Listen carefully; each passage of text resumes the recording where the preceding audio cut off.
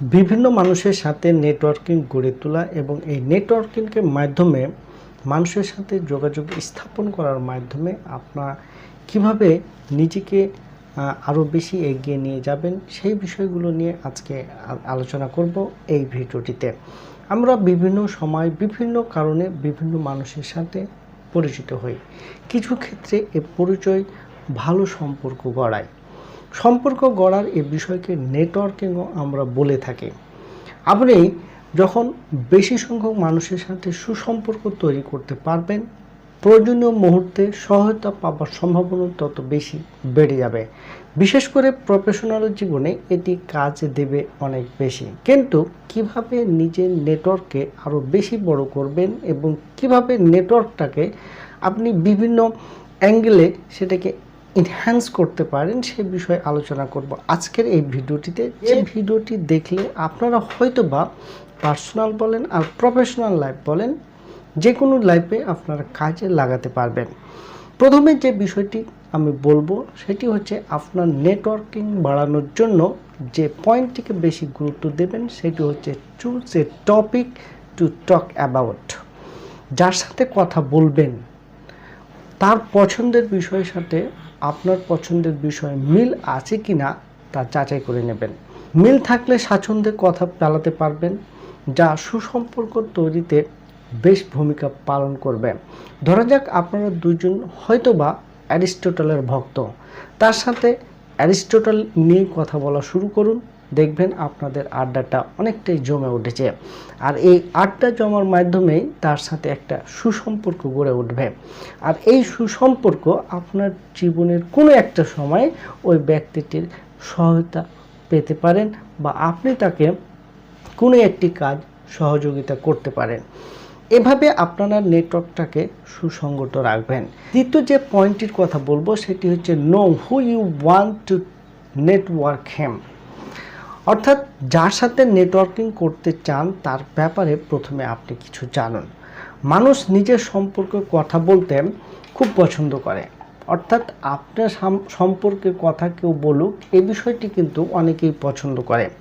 তাই আপনি যার সাথে কথা বলছেন তার পছন্দ অপছন্দ বা জীবন নিয়ে প্রশ্ন করুন। হয়তো তিনি কলেজে বিতর্ক প্রতিযোগিতায় অংশগ্রহণ করতেন এবং তুখোড় বিতার্কিক ছিলেন, এ বিষয় নিয়ে তাকে প্রশ্ন করুন।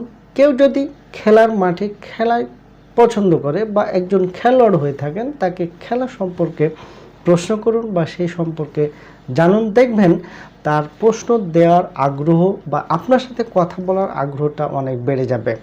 তবে যার সাথে আপনি নেটওয়ার্কিং করতে যাবেন সেই ব্যক্তি প্রফেশনাল বা ওই ব্যক্তিটি কী বিষয়ে ইন্টারেস্টেড ফিল করে সেই বিষয়টিকে আপনি আগেই জেনে নেবেন।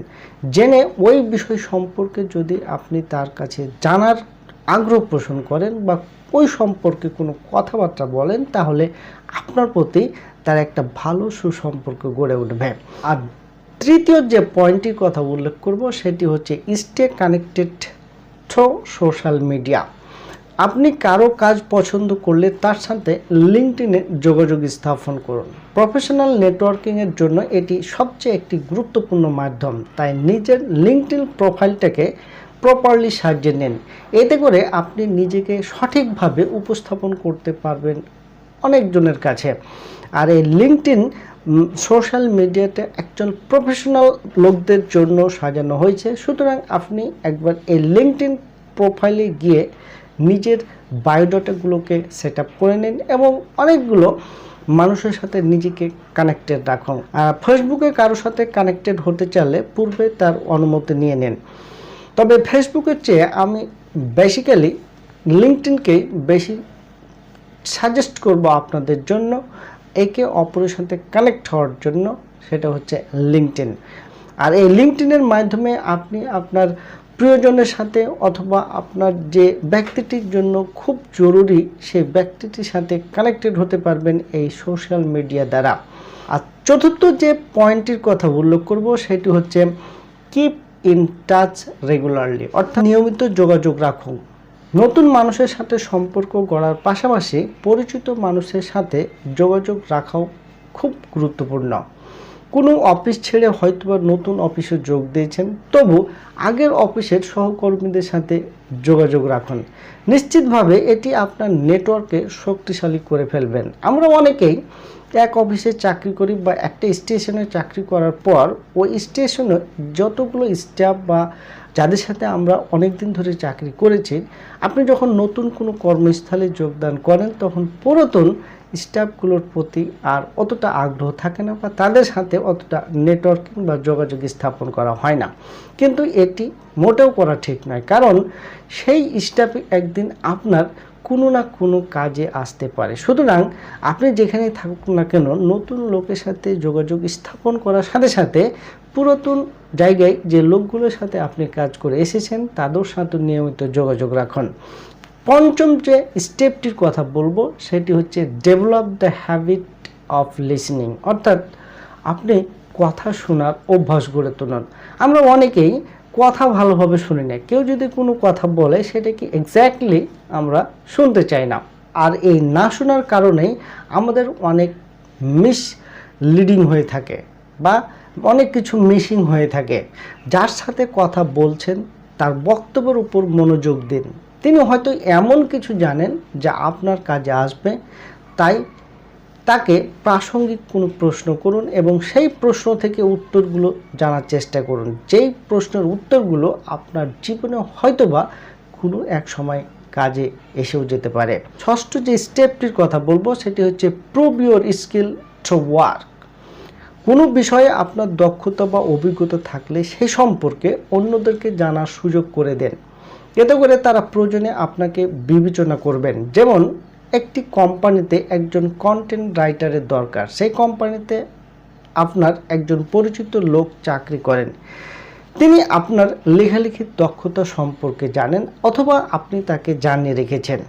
যদি কখনো ওই কোম্পানিতে একজন কন্টেন্ট রাইটারের প্রয়োজন হয়ে পড়ে তাহলে ওই লোকটির আপনার কথা মনে পড়বে। অর্থাৎ প্রাইভেট সেক্টরে বেসিক্যালি আমি দেখেছি প্রাইভেট সেক্টরগুলোতে বা বিভিন্ন কোম্পানিতে, বিভিন্ন মাল্টিন্যাশনাল কোম্পানিতে আপনি যদি একটি নেটওয়ার্ক গড়ে তুলতে পারেন তাহলে আপনার যে কোনো সময় একটি চাকরি জুটে যাবে।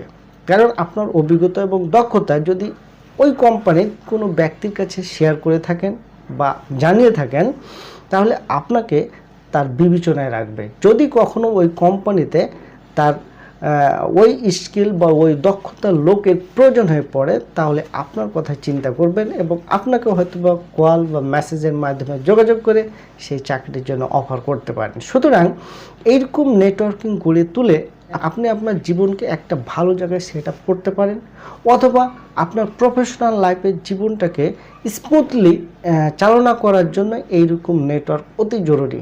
সুতরাং যারা মনে করছেন যে আমি একাই থেকে জীবনটাকে অতিবাহিত করে দেবো, আমি তো একটা নিজেই চাকরি করি, সেখান থেকে একটা নির্দিষ্ট স্যালারি পাচ্ছি, এই স্যালারি দিয়ে আমি ঘর সংসার করে চলে যাব, ব্যাপারটা কিন্তু সেই রকম না। জীবনটা কিন্তু এভাবে চিন্তা করলে আপনি একটি ছোট্ট পরিসরেই অবস্থান করবেন।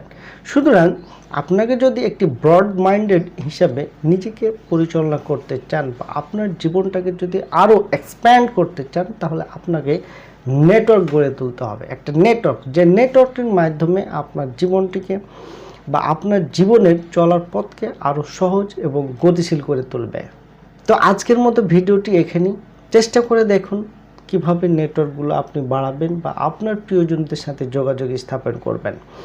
দেখা হবে পরবর্তী কোনো ভিডিওতে। যদি আমার এই ভিডিওটি ভালো লেগে থাকে তাহলে অবশ্যই আমার এই চ্যানেলটিকে সাবস্ক্রাইব করবেন এবং আমার চ্যানেলটির পাশে থাকবেন, আর পাশে থাকা বেল আইকনটিকে প্রেস করে দিবেন আমার ভিডিও নোটিফিকেশানগুলো পাওয়ার জন্য। সকলে ভালো থাকবেন, সুস্থ থাকবেন। দেখা হবে নেক্সট কোনো ভিডিওতে। সকলকে ধন্যবাদ।